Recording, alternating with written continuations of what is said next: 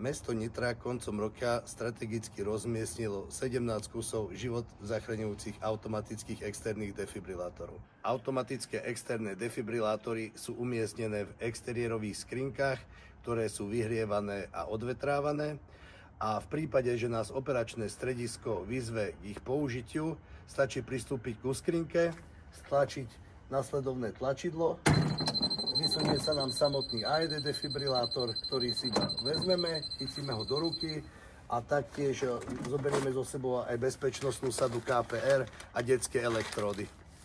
Aby vás žiadna situácia pri používaní AED defibrilátora neprekvapila, pripravili sme pre vás nasledovné inštruktážne video.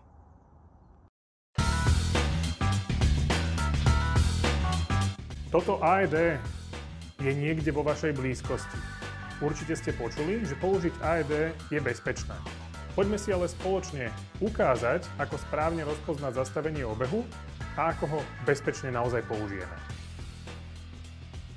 Ak sme našli niekoho ležať a priestor je bezpečný, potrebujeme k nemu pristúpiť. Ako náhle sme pri pacientovi, vieme ho osloviť. Haló, pane, počujete ma? Ak nereaguje, zatrasieme ním. Pane, počujete ma? Ak nereaguje ani na zatrasenie, ani na oslovenie, je v bezvedomí. Tým pádom ideme vyšetriť, či ten pacient dýcha. Ideálne ho rozopneme, spravíme záklon hlavy, počúvame dýchanie, pozeráme sa na hrudník a cítime, či sa hrudník zdvíha alebo nie. Toto vyšetrenie netrvá viac ako 10 sekúnd. Ak nedýcha a je v bezvedomí, voláme na 155 mobilným telefónom cez hlasitý odposluch. Začíname resuscitovať. Ak ale pri sebe máme AED, automaticky ho otvárame a postupujeme podľa jeho pokynov. Elektródy pre dospelých sú pripojené. Vyberte elektródy z obalu. Umiestnite elektródy na pacienta tak, ako je uvedené v návode. Ako prvé lepíme elektródy na hrudník podľa obrázkov, ktoré sú na elektródach.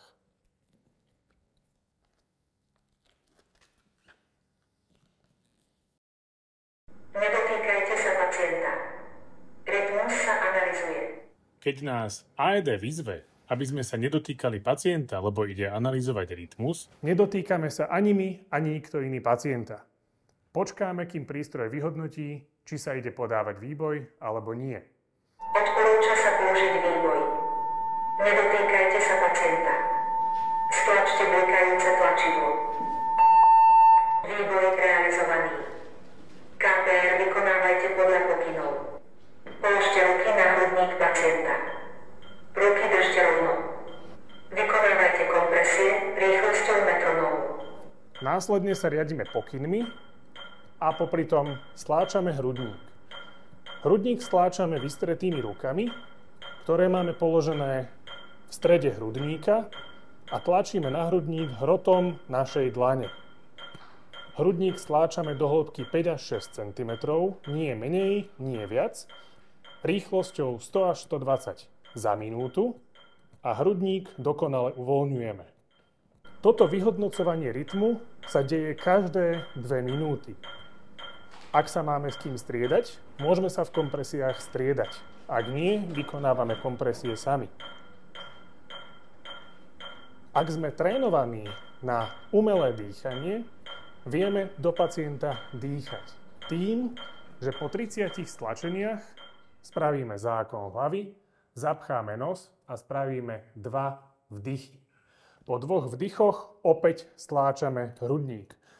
Ak ale na to nie sme trénovaní, nemáme ochranné pomôcky a nepoznáme toho pacienta, dýchať do neho nemusíme.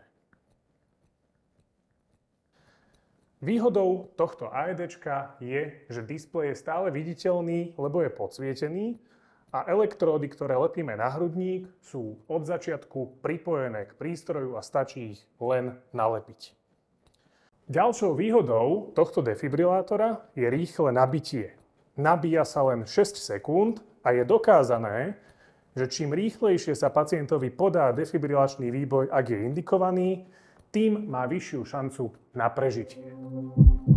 Včasné podanie defibrilačného výboja dokáže zvýšiť šancu pacienta na prežitie až na 70%. Ak srdce pacienta fibriluje, najlepšie, čo pre neho môžeme spraviť, je dať mu defibrilačný výboj. V tom nám pomôže AED.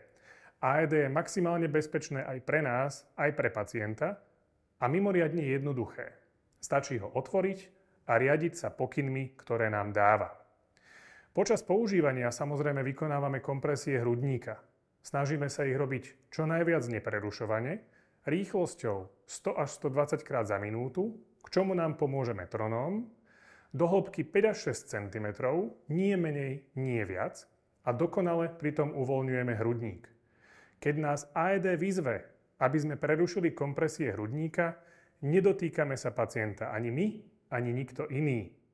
Prístroj vtedy analyzuje činnosť srdca a rozhodne sa, či pacient potrebuje alebo nepotrebuje defibrilačný výboj. Ak ho potrebuje, podáme ho stlačením blikajúceho tlačidla. Ak výboj nie je indikovaný, pokračujeme v kompresiách hrudníka. V resuscitácii pokračujeme až do príchodu záchrannej zdravotnej služby alebo kým sa pacient nepreberie, prípadne kým nám nezačne hroziť nejaké nebezpečenstvo. Vďaka AED viete zachrániť ľudský život. Po použití AED defibrilátora kontaktujte mestskú políciu, ktorá za našej pomoci zabezpečí opätovnú pripravenosť na ďalší zásah. V prípade, že musíte opustiť miesto udalosti ešte pred príchodom mestskej polície, prosím umiestnite defibrilátor aj s ostatným príslušenstvom opätovne do skrinky, ktorú uzatvoríte následovným vysunutím.